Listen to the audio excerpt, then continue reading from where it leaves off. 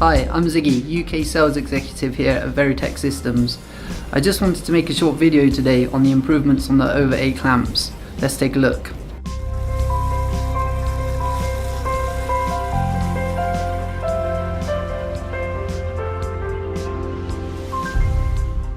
As we know, the OVA-8 has two flat sides, meaning the clamps aren't working nowhere near as hard as they would on a traditional pole.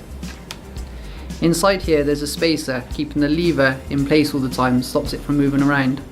It also makes it very easy to open and close. On the adjusting nut there's teeth built inside, which I can't show you on the video, but that stops it from working loose over time.